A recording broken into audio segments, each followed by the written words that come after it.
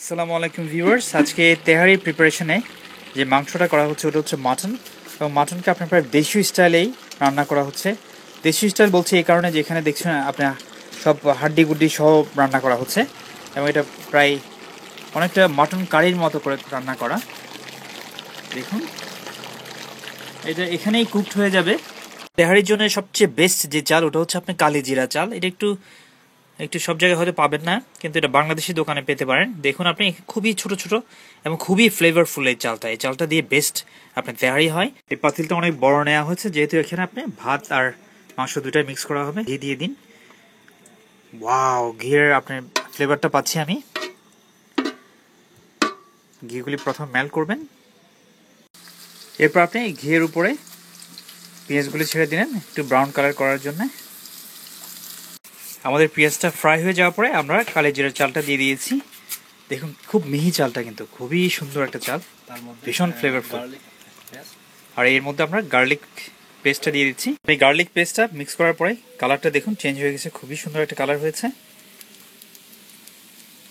ভালো মতো নাড়তে হবে যাতে করে লেগে না যায়। আর এটা একটু ফ্রাই করা হচ্ছে, একটু ঝরঝরে হবে।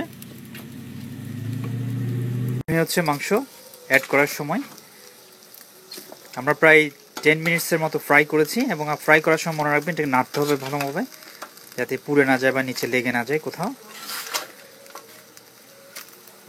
দেখুন এটা অনেক বড় রান্নার জন্য করা হচ্ছে, নাহলে আমি কিন্তু মেজারমেন্টগুলি বলে দিতে পারতাম। আপনারা এখন মেজারমেন্টগুলি আপনাকে একটু গেস করে নিতে হবে। আমরা প্রায় এখানে যে আয়োজনটা করছি ওটা প্রায় 30 জনকে খাওয়ানোর জন্য। আমরা প্রায় 10 মিনিটের মতো এটাকে আপনার রাখার পরে ফ্রাই করার পরে এখন আমরা মাংসগুলি মিক্স করে দিয়েছি। কালারটা দেখুন ভীষণ চমৎকার কালার হয়েছে। আপনাকে কিন্তু এটা নাড়তে হবে, নিচে ভালোভাবে নাড়বেন যাতে লেগে না যায় কোথাও, ঝরঝরে হয়। এরপর আমরা পানি মিক্স করে দেবো। আমরা কাঁচামরিচ অ্যাড করেছি, আপনারাও তাই করতে পারেন একটু স্পাইসি করার জন্য। একটু আমরা পানি অ্যাড করেছি যাতে ভালোভাবে সিদ্ধ হয় চালটা। আপনি চাইলে একটু লবণ মিক্স করতে পারেন বা চাইলে এটাকে আর একটু স্পাইসি করতে পারেন। একটু টেস্ট নিয়ে আপনি বুঝতে পারবেন যে কি কোনটা বেশি হওয়া উচিত কোনটা কম হওয়া উচিত। তবে এটাও মনে রাখবেন যে পানি একটু কমে আসবে।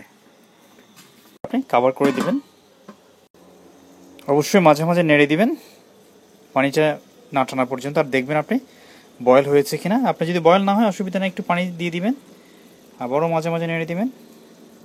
হয়ে গেল আমাদের তেহারি, ভীষণ মজা হয়েছে, আমি খেয়ে দেখেছিলাম। দেখুন আপনাদের কোনো কোয়ারিজ থাকলে আপনি নিচে কমেন্ট করতে পারেন। ওয়েট করুন। Thank you viewers, thank you for watching, please subscribe for more.